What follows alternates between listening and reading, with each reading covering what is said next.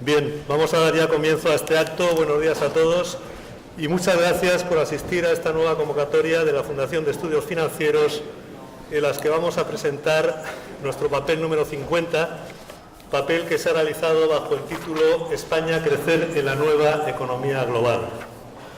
Para esta presentación tenemos hoy una mesa de lujo y quiero agradecer muy especialmente a las dos personas que nos acompañan. En primer lugar, muy en particular, a don José Manuel Soria, ministro de Industria, Energía y Turismo, que ha tenido la amabilidad de aceptar clausurar este acto tan significativo para la Fundación de Estudios Financieros. Junto a él se encuentra don Eduardo Serra, presidente de la Fundación Everis, que ha realizado una magnífica tarea de dirección de este informe, coordinando al propio equipo de la Fundación Everis y a los diversos colaboradores de la Fundación de Estudios Financieros que han participado en el trabajo. El desarrollo del acto va a ser el siguiente. Después de mi breve intervención de bienvenida, daré la palabra a don Eduardo Serra, director del estudio, para que exponga de forma sucinta el contenido del mismo y los aspectos más destacados del trabajo. Y a continuación, tras las conclusiones de este trabajo, intervendrá en el acto de clausura el ministro de Industria, don José Manuel Soria. Al finalizar podremos seguir comentando cuestiones relacionadas con el informe en el cóctel que ofrecemos en el salón contiguo y a la salida, como siempre, tendrán ustedes a su disposición el libro que presentamos. En la Fundación de Estudios Financieros y en el Instituto Español de Analistas Financieros, del cual la Fundación es el brazo, el centro de pensamiento y de opinión, hemos tenido siempre muy claro que el sistema financiero está al servicio de la economía real y no al revés. Por eso, y para simbolizar nuestro compromiso con la economía real, es por lo que a la hora de plantearnos este trabajo número 50, decidimos centrarlo en el crecimiento, que es la base de la mejora de la calidad de vida. Y por eso también hemos querido simbolizar ese compromiso con la economía real, invitando precisamente al responsable de áreas tan básicas de nuestra economía como son la industria, la energía, el comercio y también, aunque no figuren en el rótulo del Ministerio, áreas como las telecomunicaciones, el turismo, las pymes o la sociedad de la información. Como digo, hemos querido invitar precisamente al ministro responsable de estas áreas para clausurar el acto. Es obvio que en el origen de muchos de los problemas que ahora estamos padeciendo en las economías avanzadas está el haber cambiado el orden natural de las cosas, poniendo lo financiero por delante del resto de la economía.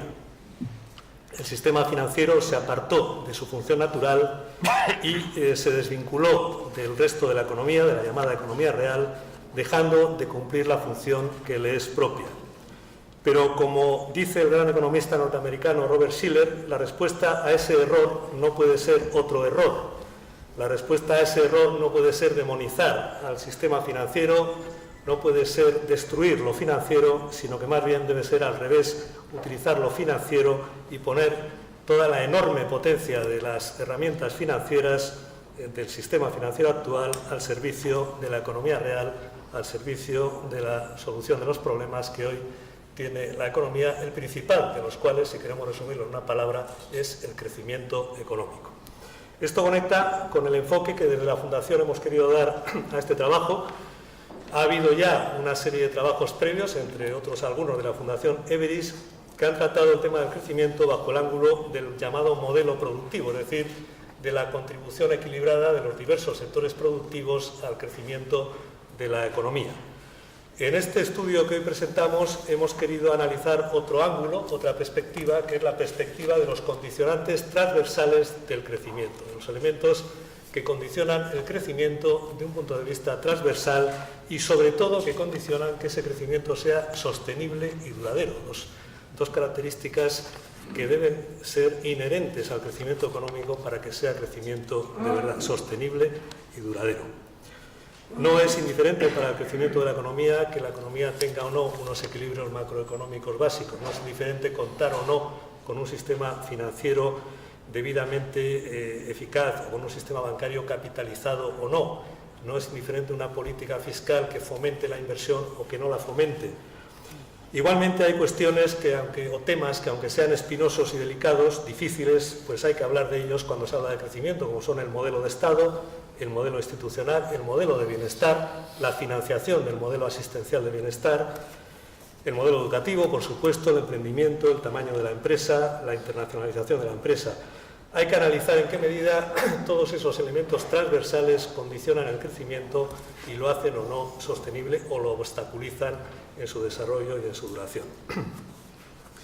Todos estos temas son los que desgrana el informe y yo, como ya he dicho antes, no voy a entrar en el contenido del informe porque lo hará a continuación el director del estudio, don Eduardo Serra, pero si ponemos todos esos elementos del cóctel a los que hemos aludido de alguna manera juntos, lo que nos sale es una conclusión. En España se han hecho ya reformas muy importantes, pero queda mucho por hacer. Las reformas son claves para generar confianza y, por tanto, para generar crecimiento.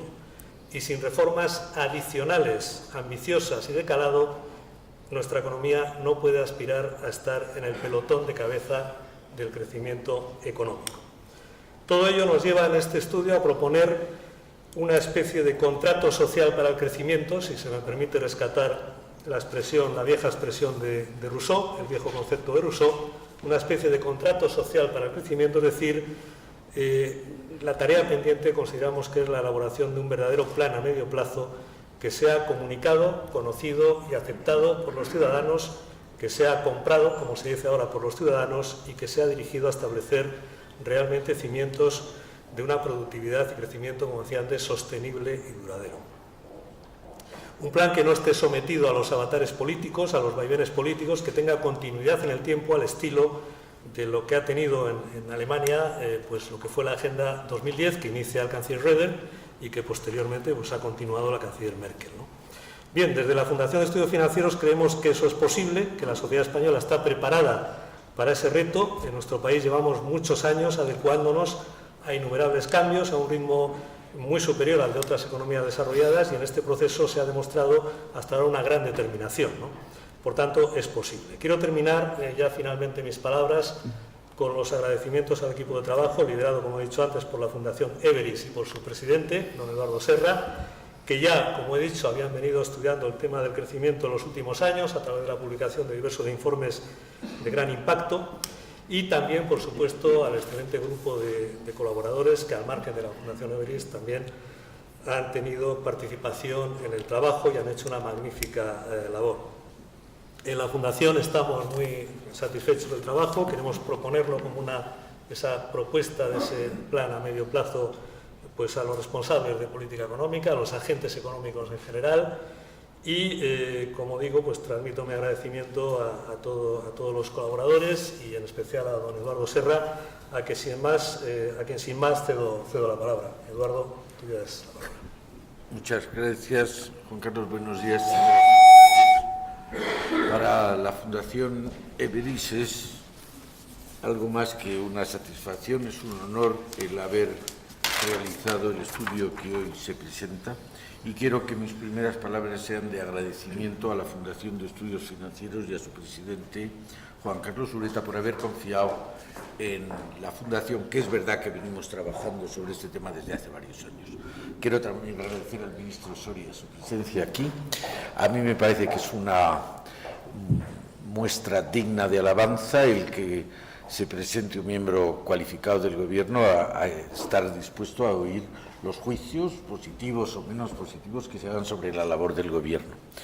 Y quiero también agradecer al elenco de colaboradores, todos ellos de primera fila, no los cito a todos, hay algunos que están aquí presentes y otros que no, pero han hecho un trabajo realmente excepcional, y igualmente los coordinadores de la Fundación de Estudios Financieros y de Everis.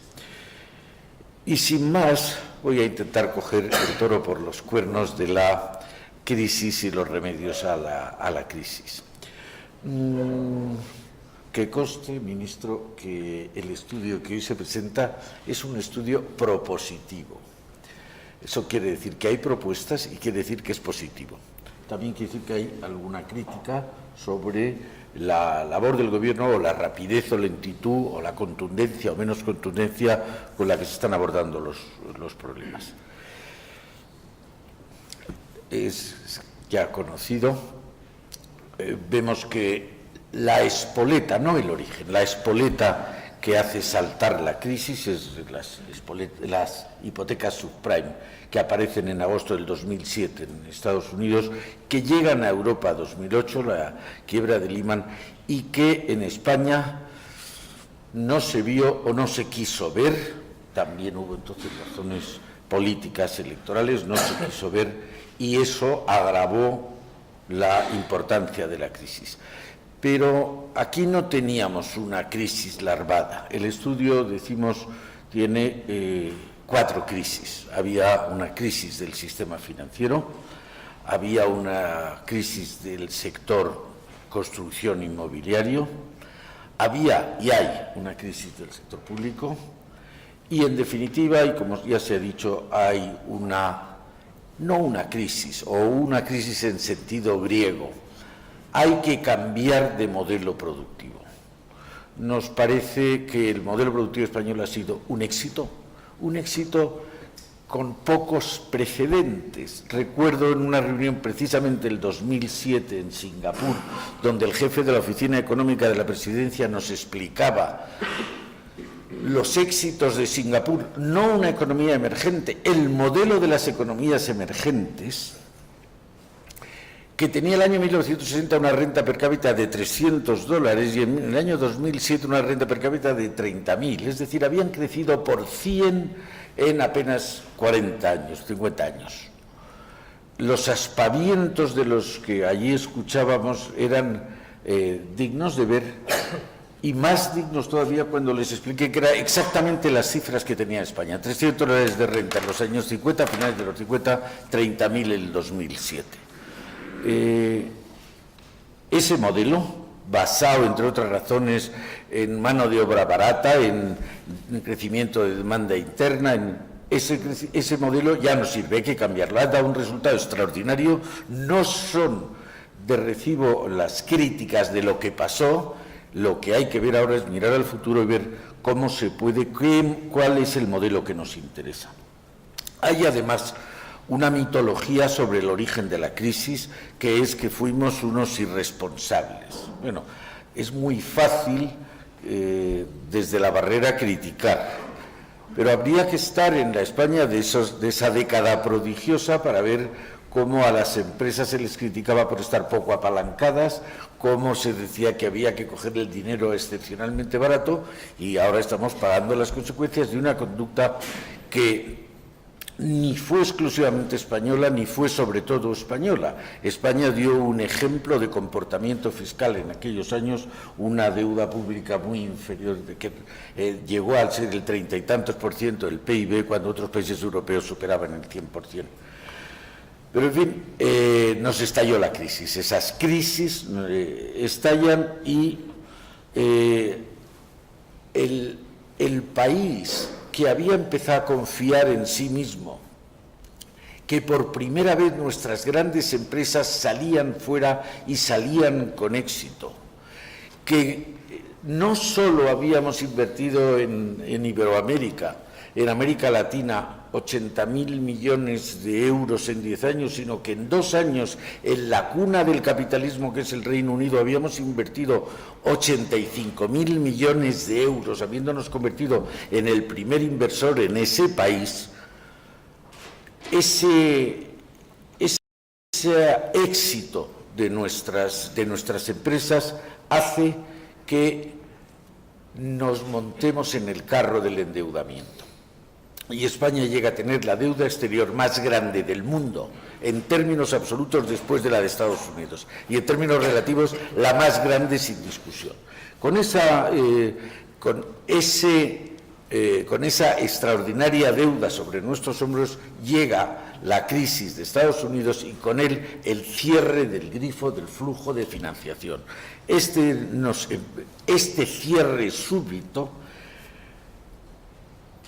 además estando en Europa, donde carecíamos de los mecanismos tradicionales para poner fin a situaciones como habíamos hecho en la década de los 90, después de los excesos del 92, recurriendo a devaluaciones, ese cerrojazo del grifo financiero nos conduce a una tasa de paro del 25%, la disminución fiscal en 2 años baja el IVA un 31% y el IRPF un 36%, el déficit público llega al 11%, insólito, la deuda pública de los niveles que les he dicho llega al 68%, la prima de riesgo llega a sobradamente a los 600 puntos básicos, y el colapso inmobiliario repercute en el sistema financiero con las consecuencias que todos hemos conocido.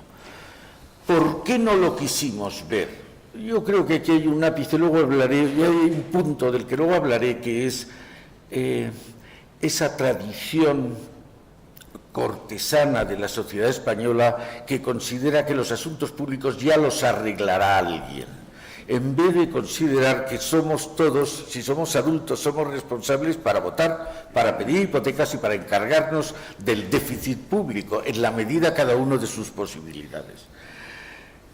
Somos una democracia joven y poco participativa, pero sea cuales fueren las razones, se tarda en reaccionar y se mira a Europa a ver si nos saca las castañas del fuego y al sector exportador, y con buenas razones. La madre de todas las crisis estaba en un déficit comercial acumulado que llegaba casi al 10% del PIB durante muchos años. De manera que hemos estado y estamos todavía en un escenario cortoplacista, cuando todos nos miramos unos a otros con caras de pesimismo y como qué mal están las cosas, se piensa en la prima de riesgo, cómo está la bolsa, qué va a pasar mañana, qué ha sido lo de Chipre, nos influirá lo de Portugal. El escenario es cortoplacista. Se echa de notar un déficit de políticas consensuadas a largo plazo. También se echa en falta un marco legal estable y estamos echando en falta todos una cierta debilidad institucional. Pero sería injusto decir que no se ha hecho nada. Se ha hecho y se ha hecho mucho. Desde el punto de vista de Europa, donde estamos en la eurozona, el principal problema es que estamos en una unión monetaria que no se está a medias de hacer, no está completada. Los mecanismos son insuficientes y los procedimientos, los hemos visto, no están preparados, se hacen deprisa y corriendo, cumbres de jefes de Estado, de jefes de gobierno, y al final la implementación de los acuerdos de esas cumbres están acompañadas por unos procedimientos burocráticos excesivamente lentos. Pero con todo y con eso, Europa ha hecho unas medidas coyunturales, rescates soberanos, como en el caso de Grecia, de Portugal o de Irlanda, y unas medidas estructurales. Se han hecho transferencias, se han pasado controles nacionales como los límites de deuda y de déficit a instituciones de nueva creación de ámbito europeo. Se está avanzando en el camino de la unión bancaria y fiscal, se han creado mecanismos para ello, pero sobre todo yo creo que hay que destacar una realidad de la que, por tenerla tan cerca, a lo mejor no nos damos cuenta. Europa ha sido la que ha dirigido el mundo en los últimos 500 años. Ha alumbrado ideas maravillosas, los derechos humanos, la democracia, pero ha sido también una maestra, por desgracia, de las guerras. La Primera y la Segunda Guerra Mundial del siglo XX fueron dos cataclismos sin precedentes en la historia de la humanidad. Y por lo menos sirvió para que después de la Segunda Guerra Europa quisiera reinventarse a sí misma, y en vez de ser una Europa de naciones enfrentadas unas a otras, primero por motivos de religión, luego por motivos dinásticos, luego por motivos económicos, pero emerge una Europa después de la Segunda Guerra del consenso, del acuerdo de Bruselas, de los tratados, de las mayorías, de las unanimidades. Ya todos somos buenos. Y nosotros, nuestro proyecto nacional era normalizarnos, que quería decir europeizarnos. Y lo hemos hecho, lo hemos hecho. Desde el 1 de enero de 1986, España es Europa. Ya no tenemos que parecernos sino a nosotros mismos. Nos pega más el lema ahora de ser fieles a nosotros mismos. Pero llega la crisis. La crisis se inunda a Europa y cuando está remansando las aguas, la Europa que emerge no es la Europa que había cuando llegó la crisis. Hay una Europa de 17 naciones en la eurozona que no debía nada al Banco Central Alemán en julio del 2007 y que ahora debe 500.000 millones de euros. En Europa manda Alemania. Y esta es otra Europa. Juzgaremos si es mejor, si es peor, si es repetición o no es repetición, pero esta es otra Europa. Y si queremos afrontar nuevas realidades, tenemos que poner nuevos instrumentos, y esta es una realidad, a mi modo de ver, es una realidad nueva. A unos les gusta más, a otros les gusta menos, pero esa es, nos guste o no, la Europa que emerge de la crisis. Esas políticas cortoplacistas europeas lideradas por Alemania, ya no se hablaba al principio de la crisis, se hablaba de la señora Merkel y el presidente Sarkozy, ha desaparecido. Ya es solo la señora Merkel la destinataria de los aplausos o de las críticas del resto de Europa. Ese proceso de caída del racimo progresivo llegó un momento, en julio del año pasado, yo creo que fue el momento más crítico para nosotros, pero ya el tamaño de nuestra economía era lo suficientemente grande, junto con el paralelismo de Italia, que hubo que generar unas reacciones que no se habían producido hasta entonces, y se ha producido, a mi juicio, un punto de inflexión, y parece que está asegurada lo que no lo estaba entonces, que era la supervivencia de la eurozona.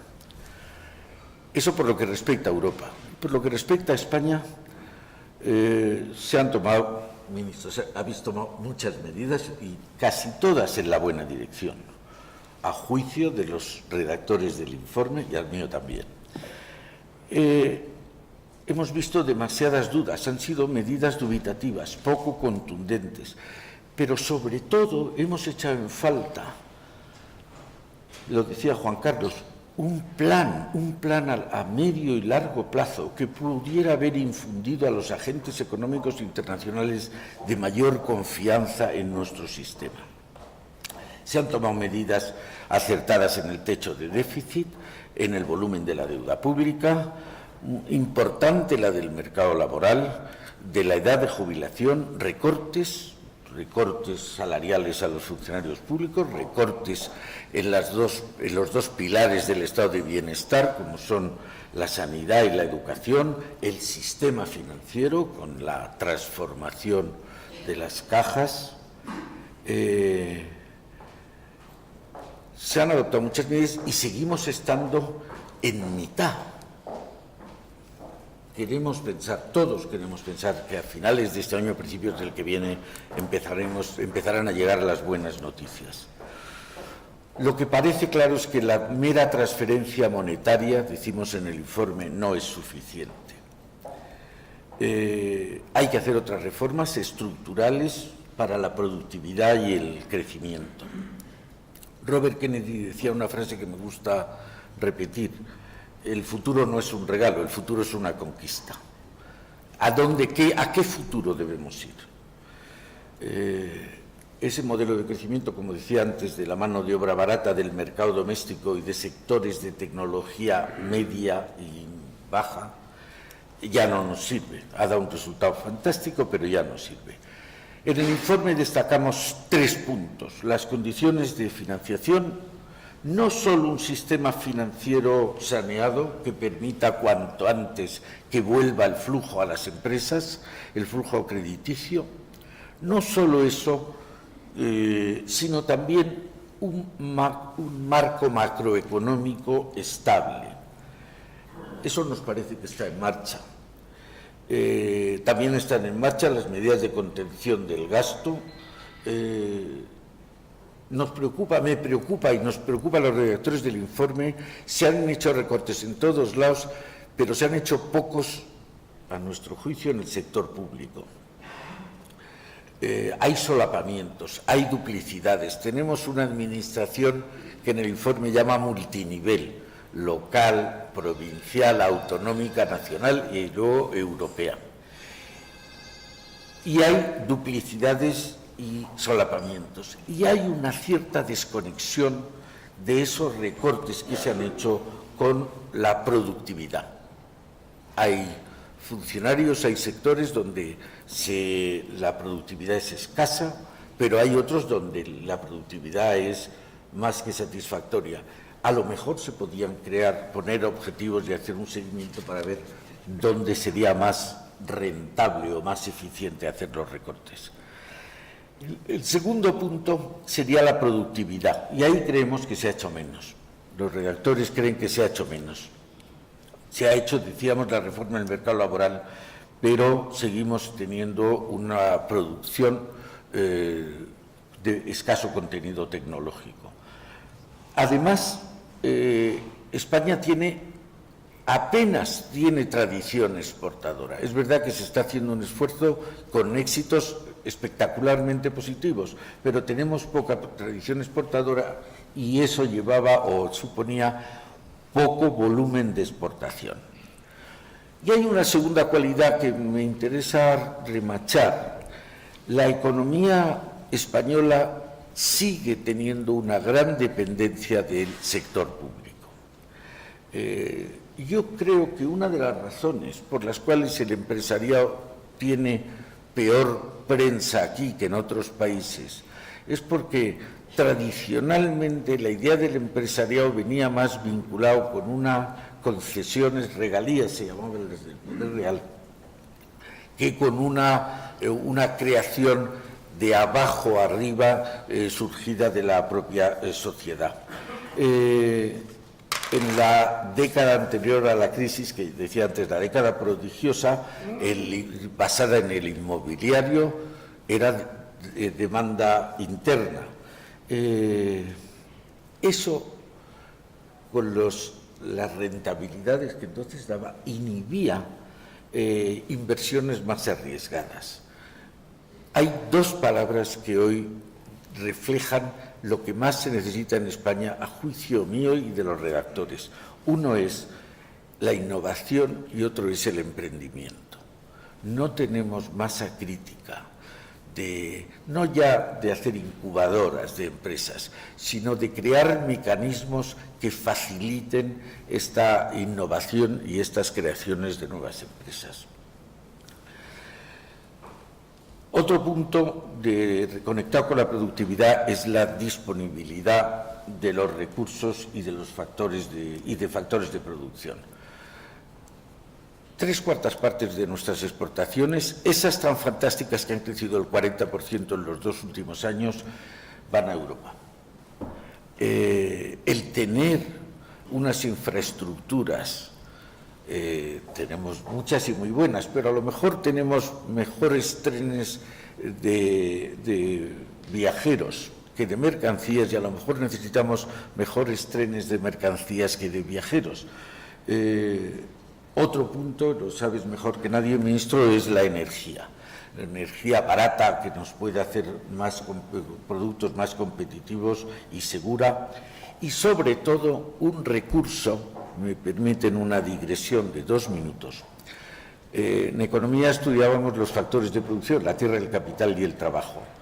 Quizás sea mi paso largo por el Ministerio de Defensa lo que me llevó a reflexionar sobre cuál de los factores tenía carácter estratégico. Durante miles de años el factor estratégico fue la tierra. Las economías eran agrícolas todas, por definición, y los que mandaban en el mundo se les llamaba terratenientes. A principios del XIX llega la revolución industrial. Algunas economías, primero la británica y luego las europeas, empiezan a ser industriales y empiezan a construirse acerías, siderurgias, astilleros, ferrocarriles, el recurso estratégico deja de ser la tierra y pasa a ser el capital. Y todavía cuando éramos estudiantes, los que mandaban en el mundo les llamábamos capitalistas. Pero estamos ya desde hace años en los albores de una nueva revolución. Unos la llaman revolución industrial segunda o tercera, otros preferimos llamarla la revolución tecnológica. El mundo de hoy se parece muy poquito ya al de hace solo 50 años. Se parece poco en los modelos de producción y se parece poco en lo que es mucho más grave, en nuestra vida cotidiana. Los móviles empezaron por ser una liberación, se podía justificar el llegar tarde a una reunión, empiezan a ser una esclavitud, que es raro todavía, que aquí todavía no haya sonado un móvil. Esa revolución tecnológica hace que el factor de producción estratégico esté trasladándose del capital a otra cosa. ¿Cuánto dinero ha hecho falta para crear Apple o para crear Microsoft o para crear Facebook o para crear Google? No ha hecho falta capital, ha hecho falta talento. Y el talento es el trabajo cualificado.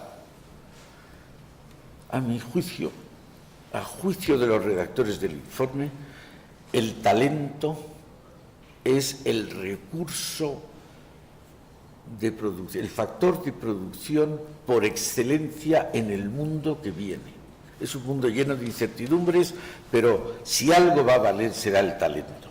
Por eso, ya decía antes Juan Carlos, el Transforma España y el Transforma Talento van en esa línea. Y hay una tercera faceta relacionada con la productividad, que es el tamaño del mercado. El tamaño del mercado permite algo tan obvio como las economías de escala.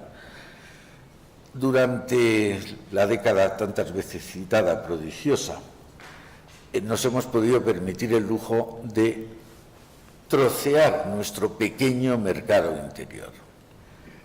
Eso hoy se ve como una amputación, y probablemente con razón. Pero no es solo la rotura del mercado interior que daña a nuestras empresas, especialmente a las pymes, donde sin apenas instrumentos tienen que competir en su propio terreno con las grandes multinacionales que sí tienen mercados suficientemente grandes. No es solo eso, sino una nueva faceta que proporciona en los mercados amplios, que es la internacionalización de las empresas. Y aquí, a nuestro juicio, a juicio de los redactores, se ha producido un cambio radical. Ya no hay que tener un arsenal para que una empresa pueda empezar a exportar. Ahora ya desde el nacimiento estamos en un mercado global. Desde que China se incorpora a la Organización Mundial de Comercio, el mundo es otro. Por la producción, por los lugares, por las localizaciones industriales, nosotros tenemos que ser conscientes de que hoy es un requisito básico para nuestras empresas el estar internacionalizadas desde el origen. Y pensamos que incluso en las deslocalizaciones es mejor tenerlo planificado, tener pensado a dónde pueden estar, dónde pueden ir los centros de producción, aunque no sea más que para ver cuáles pueden sustituirlas a las que tengan que trasladarse. El tercer punto es el de la seguridad de las inversiones, también ha sido citado. Así como el factor humano tiene una movilidad limitada, el capital tiene una movilidad extraordinaria.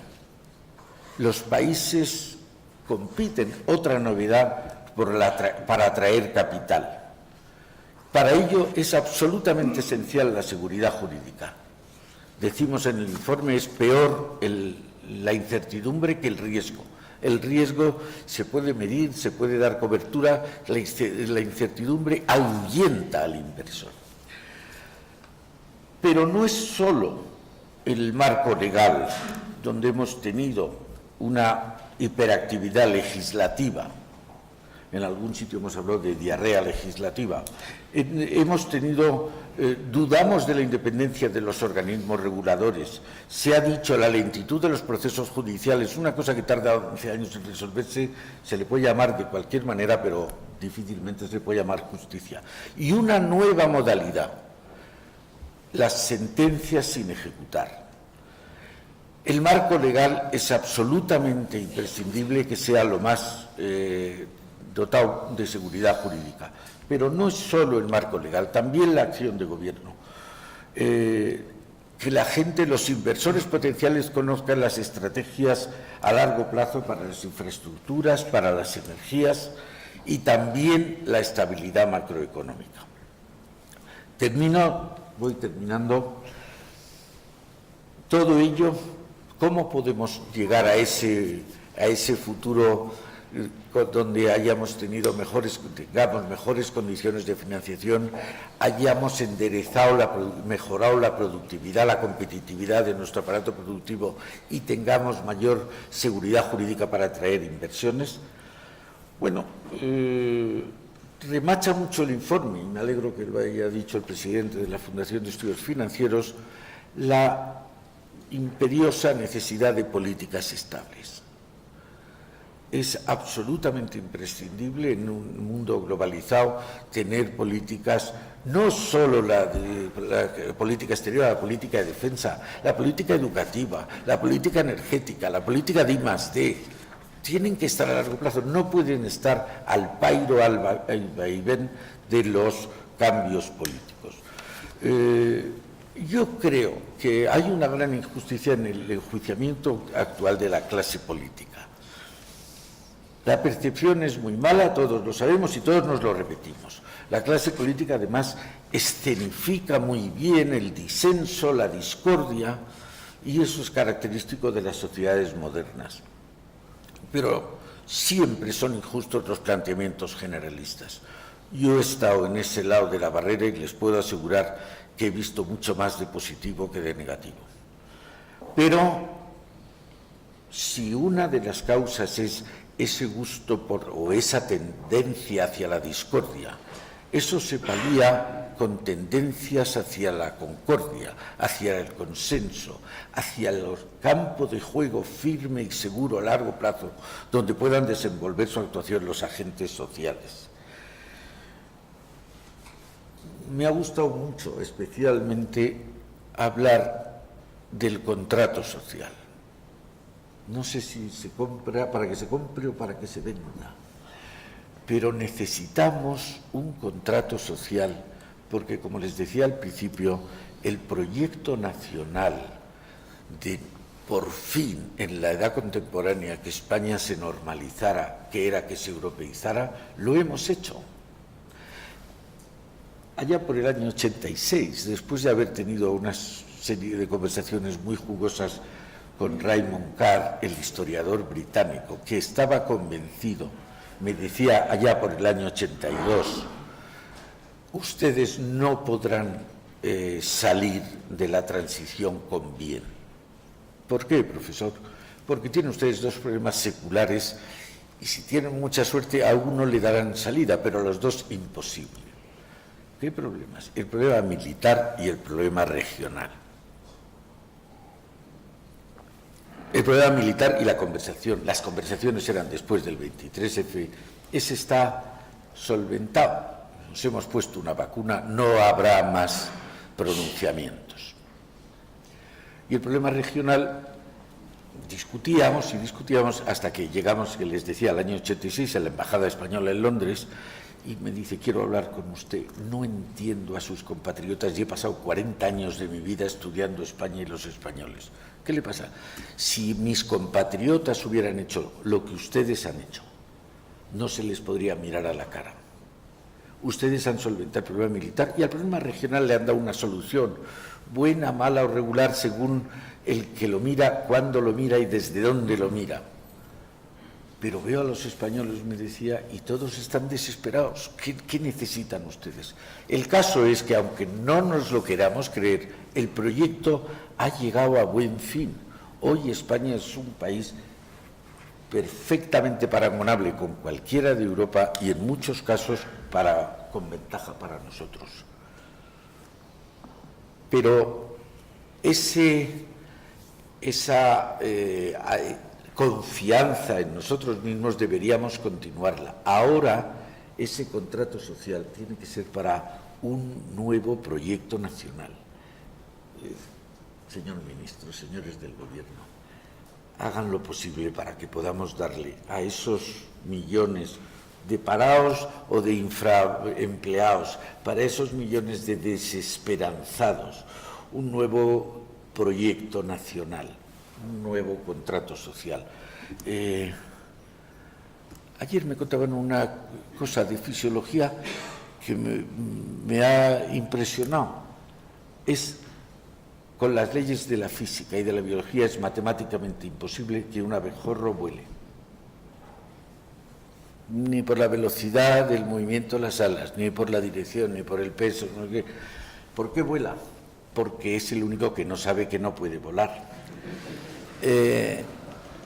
Yo creo, y con esto termino, que hay una frase de Virgilio que me gusta repetir, sobre todo porque ya a larga vida, lo que les puedo asegurar es que he visto reiterar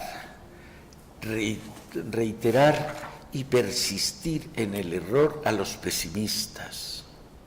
En el año 75, una gran parte de compatriotas pensaban que no saldríamos, que volveríamos a una guerra civil, que después de Franco, que todo eran malos augurios. 10 años después pensábamos que si entrábamos en Europa iba a ser planchando la industria española. Hicimos la transición, no desapareció la industria española. 10 años después era imposible que entráramos en el euro porque no cumplíamos ninguna de las condiciones, entramos en el euro. 10 años después, ahora se nos dice que no saldremos de la crisis. Vamos a salir de la crisis, vamos a salir, sobre todo si como el abejorro pensamos que no sabemos que no podemos salir. La frase que les decía, con lo que termino, es de Virgilio. Decía, potest quia potera volentur. Pudieron porque creyeron que podían. Eso lo hicieron los que hicieron la transición, lo debemos hacer nosotros. Y esa es la conclusión principal del estudio. Es posible ganar, conquistar el futuro. Muchas gracias.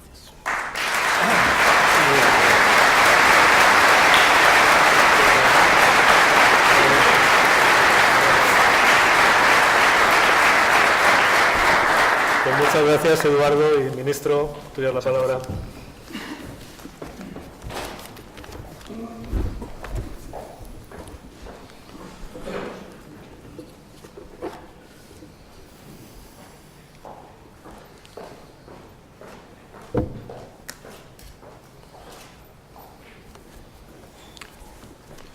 Secretaria de Estado de Presupuestos y Planificación, querida Marta, querido Juan Carlos Ureta, presidente de la Fundación de Estudios Financieros, querido Eduardo, presidente de la Fundación Every, señoras, señores, queridos amigos.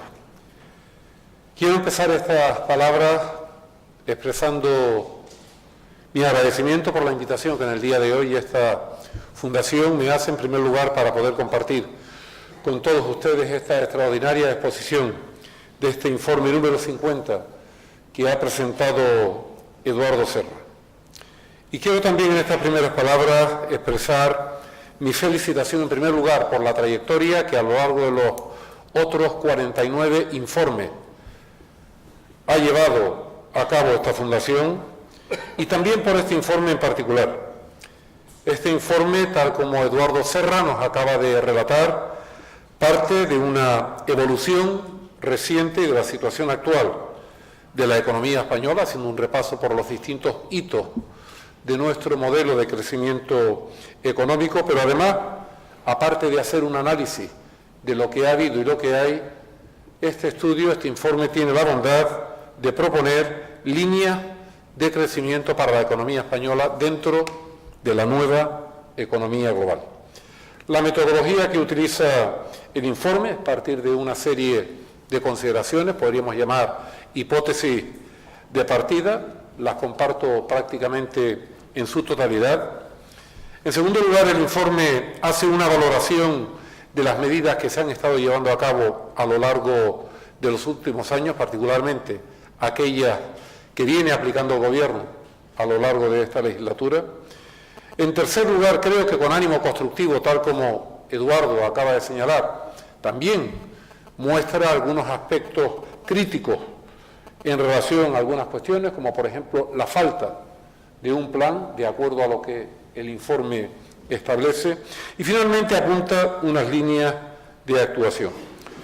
Yo quisiera aprovechar la oportunidad que se me da para cerrar este acto para hacer una reflexión centrada fundamentalmente en 4 aspectos. El primero, ¿cuál es la posición del Gobierno en relación, centrándonos en el contenido del informe, en relación a los puntos de partida, a las consideraciones iniciales, a las hipótesis de trabajo de las que parte este informe? En segundo lugar, ¿cuál ha sido, cuál es, cuál va a seguir siendo la acción de Gobierno para impulsar eso con lo que estamos de acuerdo, cambiar el modelo económico y hacerlo más productivo en España?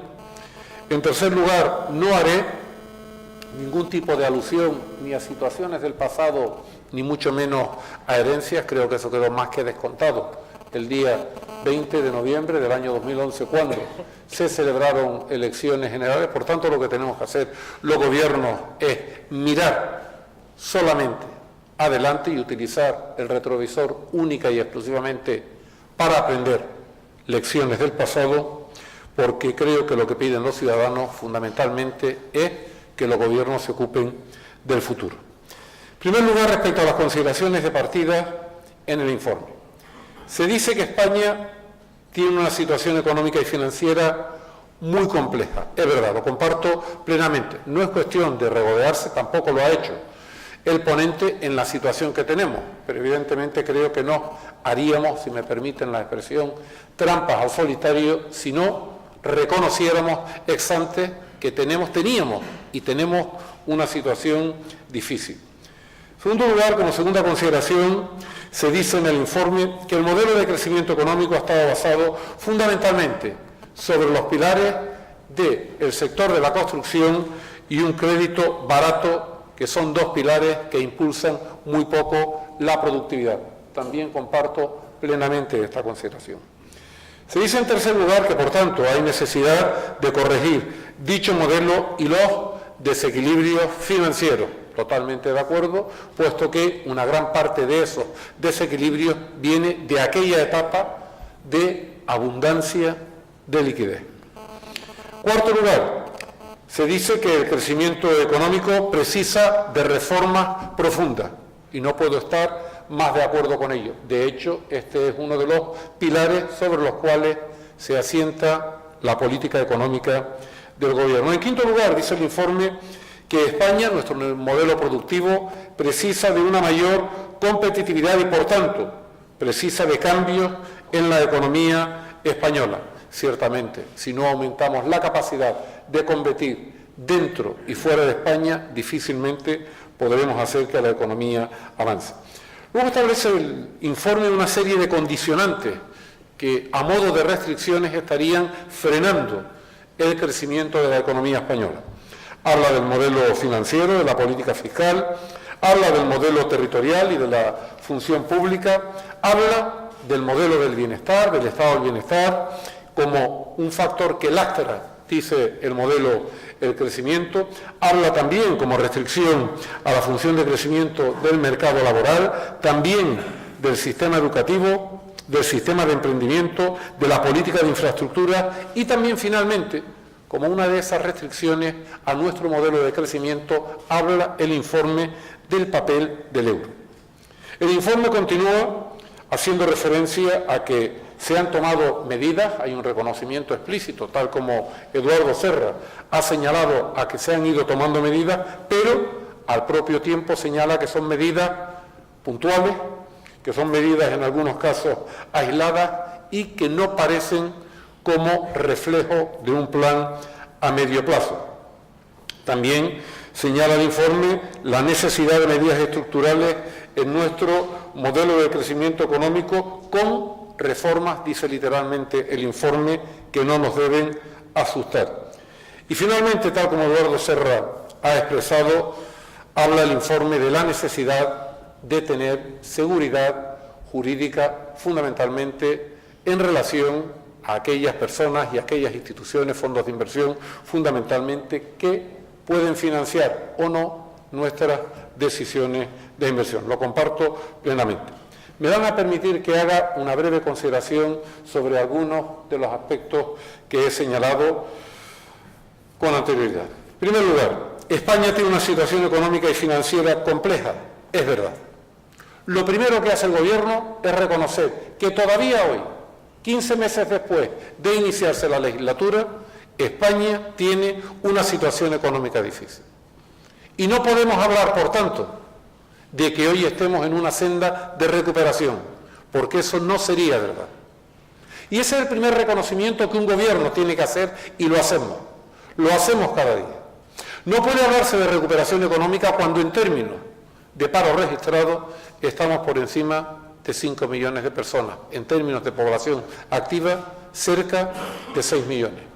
No podemos hablar de recuperación cuando el consumo todavía está en unos niveles tan bajos como está en España. No podemos hablar, desde luego, de recuperación económica cuando la financiación bancaria no llega al mundo empresarial, fundamentalmente al mundo de la pequeña y mediana empresa. No podemos hablar de recuperación cuando, a pesar del enorme, único en la historia de nuestra democracia, creo que en la historia incluso económica de las economías de la OCDE, cuando a pesar del enorme esfuerzo que se ha hecho de reducción del déficit público, todavía tenemos un déficit en el entorno de un 6,97%. Por tanto, no podemos hablar de recuperación. La situación económica ciertamente es compleja. Ahora bien, ese reconocimiento objetivo de esta situación puede impedirnos ver algunas señales favorables que las hay en nuestra economía. Yo creo que no. Al contrario, creo que debemos verlas, señalarlas y ponerlas en valor, porque no son ninguna invención. Son una realidad, compatible, es verdad, con esa otra situación, pero que muestran y ponen de manifiesto señales positivas. Hoy, en España, no es noticia si la economía española será o no será rescatada. Y esto tiene importancia, no menor, puesto que hasta hace no muchos meses, la noticia económica de todos los días era ¿cuándo va a pedir España el rescate? ¿Por qué España no pide el rescate? ¿A qué espera el Gobierno de España pedir el rescate? Y lo cierto es que culminamos el año 2012 y el Gobierno, España, el Tesoro, pudo financiarse, bien es cierto que en algunas emisiones con mucha dificultad, pero pudo financiarse sin necesidad de acudir a ningún tipo de mecanismo externo por parte de las instituciones europeas. Y hoy, en el umbral del segundo trimestre del año 2013, ese riesgo se ha alejado de nuestra economía.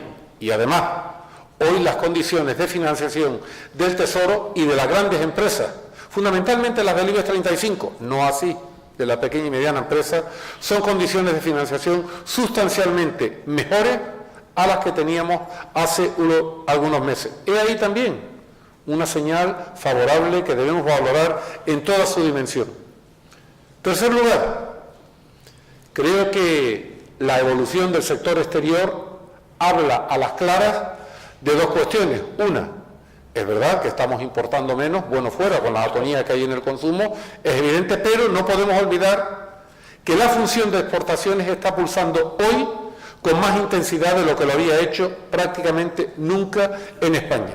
Por tanto, he ahí una señal favorable y positiva también de la economía española. Por tanto, comparto, digamos, esa situación de partida, de situación compleja, pero tengamos en cuenta que también si hay algunas señales favorables, tenemos que ponerlas en valor, sin necesidad, lógicamente, de dejarnos llevar de ningún tipo de optimismo, mucho menos patológico, porque en modo alguno estaría justificado. En segundo lugar, tenemos un modelo de crecimiento, o tuvimos, basado en la construcción y en el crédito barato. Es verdad, y ese modelo ya no vale.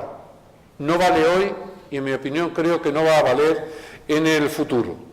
Hubo una situación de abundancia de liquidez que hoy ya no solo no existe, sino que es la contraria, y vivimos también durante muchos años, hay que reconocerlo, por encima de nuestras propias posibilidades.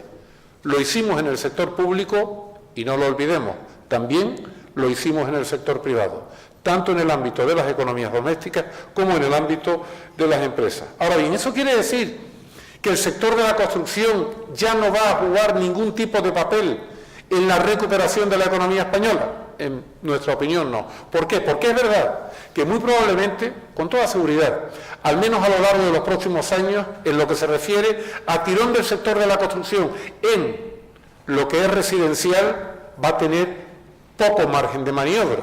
Hay 675.000 viviendas nuevas en España que no han salido al mercado. Sin embargo, eso no quiere decir que no haya margen de maniobra para la actividad de la construcción en todo aquello que tiene que ver, por ejemplo, con políticas de eficiencia energética, con todo aquello que tiene que ver con la rehabilitación. Y eso, y no otra cosa, es lo que explica que, por ejemplo, el pasado Consejo de Ministros se aprobaran una serie de disposiciones, la ley, el proyecto de ley de edificación, y también 2 reales decretos, uno de eficiencia energética para los edificios y otro relativo al reglamento de instalaciones técnicas de edificios. Y todo ello con el objetivo de impulsar una actividad que debe al propio tiempo generar actividad en el sector de la construcción y también en el sector no solo de las empresas relacionadas con la construcción y la eficiencia energética, sino el sector de todos los profesionales que tienen que ver con el sector de la construcción. Por tanto, es verdad, el sector de la construcción y la abundancia de liquidez jugaron un papel que hoy ya no va a ser tan activo, pero en cierto modo la construcción tiene que seguir jugando un papel importante en la recuperación y en opinión del Gobierno lo va a prestar. En tercer lugar, necesitamos corregir ese modelo de crecimiento y los desequilibrios financieros. Es cierto, y para ello, justamente para ello, a lo largo del año 2012, fundamentalmente en materia del sector financiero, se han ido adoptando distintas disposiciones que tenían como objetivo fundamental sanear los balances de las entidades financieras mediante la extracción de esos balances de los activos tóxicos que estaban residenciados en ellas para que pasaran a la Sociedad de Gestión de Activos, al Sareb, y con ello procurar que tras el saneamiento, en algún momento de este año 2013, que el Gobierno sitúa en el segundo semestre, pueda volver a fluir la financiación bancaria hacia la empresa. Cuarto lugar, el crecimiento económico precisa de reformas profundas, ciertamente, y de hecho toda la política económica del Gobierno gira en torno a 3 pilares muy claros. El pilar de la consolidación fiscal, el pilar de la reforma y el pilar, no menos importante, de profundizar en la idea de Europa. Con anterioridad, Eduardo se ha referido en su intervención a la situación europea. Y es cierto, tenemos algunas debilidades que entre todos en Europa tenemos que combatir. Tenemos que combatir porque estamos en un mundo no solo de la nueva economía global, sino donde hay 2 grandes jugadores que son Asia, Estados Unidos, con Europa en medio, que ciertamente o hacemos cosas o realmente vamos a perder la batalla de la competitividad. Eduardo con anterioridad se estaba refiriendo a una visita que hizo a Singapur en el año 2007 y me vino a la mente que después de ese viaje en Canarias, en el año 2008, creo recordar, o 2009, cuando fuiste a presentar otra edición del informe Everest, contaste una anécdota, me vas a permitir que la repita, porque Eduardo contó en aquel momento que le había sorprendido que cuando en la exposición del jefe de la Oficina Económica de Singapur, hablando durante 1 hora seguida de las perspectivas a medio y largo plazo de la economía singapureña, no pronunció ni una sola vez la palabra Europa. Me sorprendió. Esto lo contó Eduardo hace 4 o 5 años. Me lo acaba de recordar. Ya esto ocurría en el año 2008. Hoy creo que ocurre con mucha mayor intensidad. Y algunas cosas tendremos que hacer en Europa si realmente no queremos perder la batalla de la competitividad. Y en opinión del Gobierno, esas cosas que hay que hacer son muy claras. Y es culminar la apuesta que entre todos, los españoles también, hemos hecho por Europa. Y la apuesta que hemos hecho por Europa es una Europa que sea una unión económica y una unión monetaria. Ahora bien, hay una parte de esa unión, que es la monetaria, que en mi opinión ha funcionado razonablemente bien. Tenemos el euro, que es una moneda fuerte, estable y desde luego irreversible. Pero la otra parte, la unión económica, todavía le queda algo por hacer, en algunos aspectos muchos. Y de ahí la necesidad, a veces puede parecer una obsesión, pero no lo es, sino el convencimiento de que hay que llegar a esa unión económica, la necesidad de profundizar en la unión bancaria y en la unión fiscal. De estas cuestiones prácticamente no se hablaba hasta hace año y medio en Europa. Era la Europa donde solamente se hablaba de la austeridad, del ajuste en el gasto público, del ajuste en los ingresos públicos y de la reducción del déficit público. Todo eso sigue teniendo valor, sigue teniendo actualidad y sigue siendo importante, pero ya no es suficiente. Hoy en Europa también está sobre la agenda de trabajo el llegar a una unión bancaria, a una unión fiscal. Por cierto, unión bancaria que muy probablemente, si la hubiésemos tenido, muy probablemente nos hubiésemos ahorrado más de un disgusto, en concreto el disgusto de Chipre, justamente por tener un sistema bancario que en nada o muy poco se parece al del resto de los países de la Unión Europea. Por tanto, comparto plenamente la necesidad de acometer esas reformas en línea con lo que el Gobierno viene haciendo. Necesidad de mejorar la competitividad. Es cierto, la competitividad de las empresas y la competitividad de la economía. Y creo que es evidente la mejora que se está produciendo en el sector exterior. Es verdad que en eso está jugando de una manera muy clara el balance de la balanza de servicios, fundamentalmente por el comportamiento del sector turístico. Tenemos un buen año en el sector turístico en 2011, un buen año en el año 2012, tenemos buenas perspectivas para el año 2013, pero no solo es un buen comportamiento de la balanza por cuenta corriente debido a la balanza de servicios, sino también a la balanza comercial. Y es cierto que ahí está influyendo la caída de las importaciones a la que antes me refería, pero muchos, por no decir todos, los que están hoy aquí saben que en materia de exportación están ocurriendo cosas muy importantes en la economía española que no ocurrían con anterioridad. Y lo que hoy está ocurriendo es que empresas que nunca exportaron están saliendo fuera. No solo empresas de 500, 700 o 1000 trabajadores, no. Hoy en China, en Rusia, en la India, en Brasil, nos encontramos empresas que con 25 empleados, 30 empleados, 15 empleados, están vendiendo lo que fabrican en España. Y esto se está produciendo, es uno de los mejores síntomas que tenemos en nuestra economía, entre otras cosas porque, es verdad, durante los últimos 20 o 30 años en España, el modelo de crecimiento caracterizado por esa abundancia de liquidez, con algunos picos, pero siempre con una tendencia al alza, generó lo que a mí me parece que fue una especie de efecto anestesia en la función de exportación. ¿Para qué salir con el mercado que tenemos aquí? Eso ha desaparecido. Y en mi opinión ha desaparecido en esta nueva economía global para siempre. Y por tanto creo que es muy bueno ese hábito que hoy están adquiriendo no pocas empresas en España por salir. Y es un síntoma también de la capacidad de competir y por tanto lo comparto plenamente. Existen condicionantes, algunos condicionantes a los que se ha referido también Eduardo Serra al crecimiento económico en España. Habla el informe del condicionante de la política fiscal. El Gobierno a lo largo de estos últimos 15 meses ha hecho en materia de política fiscal, fundamentalmente en materia de política tributaria, cosas que no solo no estaban en nuestro programa electoral, sino que van en contra de lo que son las convicciones económicas del Gobierno. Y esto hay que decirlo y reconocerlo, porque no se puede ocultar la realidad. A este Gobierno no le gusta subir impuestos. A este Gobierno no le gusta subir el IVA, ni las retenciones del IRPF ni el impuesto de sociedades. Es más, teníamos un compromiso, no escrito, pero compromiso, de que, por ejemplo, en el sector turístico íbamos a pasar el tipo impositivo del IVA del 8% al tipo reducido del 4%. No solo no ha ocurrido así, sino que el tipo normal, haber subido del 8 al 10, pues resulta que el sector del turismo se ha visto con un incremento de 2 puntos. Y es verdad. Ahora bien, esos cambios tienen un fundamento. No digo una justificación, tienen un fundamento y tienen una explicación.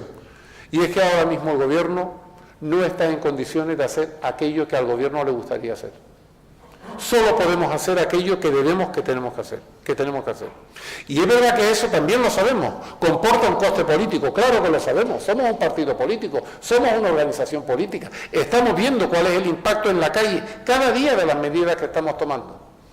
Porque créanme, no es una política económica fácil de adoptar. Sé que tampoco es fácil de explicar. Sé que es prácticamente imposible de entender por parte de los ciudadanos. Y sin embargo el Gobierno tiene la íntima y la profunda convicción de que esta es la única política posible hoy, si queremos realmente dar un volantazo a la situación económica de España. Y por tanto, aún asumiendo ese coste político, el Gobierno no solo cree que lo que estamos haciendo es aquello que debemos hacer, sino que creemos además que tenemos que seguir profundizando en estos aspectos. Termino haciendo referencia a una de las cuestiones a las que se ha referido también Eduardo Serra en su alocución, que es como el sistema educativo como factor de restricción al modelo de crecimiento. Antes de terminar, después también haré alguna consideración, lógicamente, al sector energético. Pero me parece particularmente importante esta porque en su recorrido Eduardo Serra ha dicho que lógicamente ya no estamos en el mundo de la fisiocracia, donde era el factor tierra el que determinaba la capacidad de competir y la riqueza de las naciones, ni tampoco estamos ya en el mundo donde la fuerza del trabajo física es la que determina la capacidad de competir, ni tampoco en un mundo estrictamente capitalista donde el capital es la base de todo, sino que estamos en el mundo del talento. Yo creo que muchos de ustedes habrán leído aquel famoso libro de Peter Drucker sobre la sociedad postindustrial, de hace unos 15 o 20 años, al menos lo recuerdo, donde justamente apuntaba a esa teoría, que el capital determinante de la competitividad de las sociedades postindustriales era justamente el talento y era el capital humano. Pues bien, para tener talento y tener capital humano debemos tener previamente un sistema educativo acorde con el de aquellos países y aquellas economías que están compitiendo más y mejor en aquellos sectores que hoy son los que añaden valor a la economía.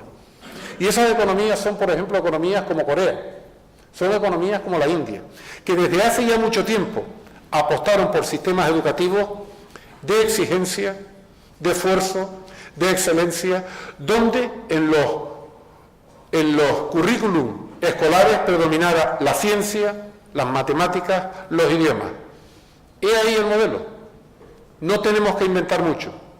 Tenemos simplemente que hacer aquello que, por cierto, es lo que ha propuesto para la reforma del modelo educativo el ministro Wert, hacer y dotarnos de un modelo educativo donde se iguale por encima, no por debajo, y donde el esfuerzo realmente sea lo determinante para realmente poder pasar o no poder pasar, y ello sin perjuicio de que haya lógicamente oportunidades también para aquellas personas o aquellos estudiantes que no puedan estar a las exigencias de ese sistema educativo. Por tanto, lo comparto también plenamente. Y por último, en relación al tema de la energía, que también es probablemente, no solo en España, en toda Europa, en el mundo, la energía es de los temas más importantes que hoy dominan el escenario económico mundial por distintas razones. Están cambiando los equilibrios, determinadas técnicas que eran desconocidas hasta hace relativamente poco y por tanto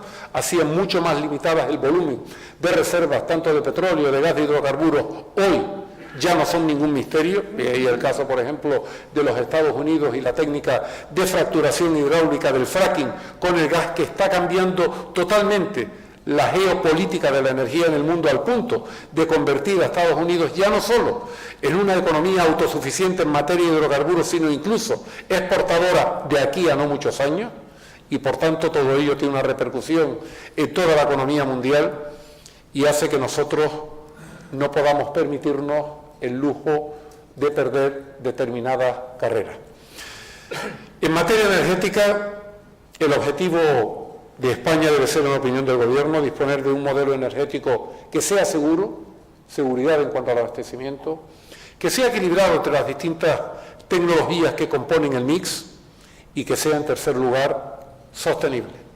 Que sea sostenible desde el punto de vista medioambiental, pero que sea sostenible también desde el punto de vista económico y financiero, porque de muy poco nos serviría tener un sistema con una sostenibilidad plena en términos medioambientales si ese sistema al final deriva en desequilibrios que a la postre se traducen en déficits, por ejemplo, del sistema eléctrico de 30, 40 o 50.000 millones de euros. Concluyo. La situación es compleja, eso es verdad, pero las fortalezas que tenemos en España, este es el convencimiento del Gobierno, son muy superiores a las debilidades que más o menos coyunturales podamos tener. Vamos a salir de la crisis y esto no es un acto de fe que podría estar justificado en aras a mi condición de miembro del Gobierno. Vamos a salir de la crisis porque tenemos el convencimiento de que estamos haciendo lo que debemos hacer y que además lo estamos haciendo aún asumiendo que eso tiene un alto coste político. Eso lo sabemos, pero esto al propio tiempo no es una isla. España no es una isla.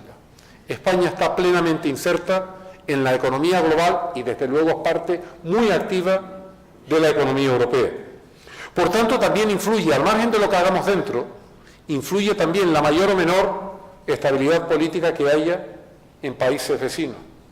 Influye, desde luego, hechos como los que han ocurrido en Chipre a lo largo de las últimas semanas.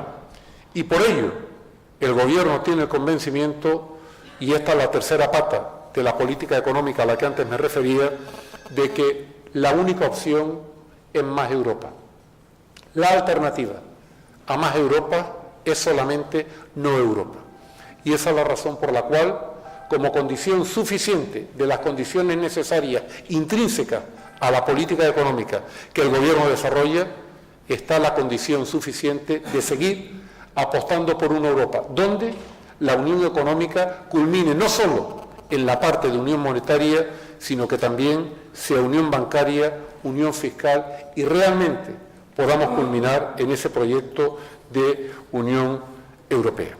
Reitero mi agradecimiento a la Fundación de Estudios Financieros por permitirme estar en un acto de esta naturaleza, permitirme compartir con todos ustedes estas reflexiones y también quiero concluir reiterando mi felicitación a todos los participantes en la elaboración de este informe y fundamentalmente a quien hoy lo ha expuesto, al presidente de la Fundación Everest, Eduardo Serra. Muchas gracias.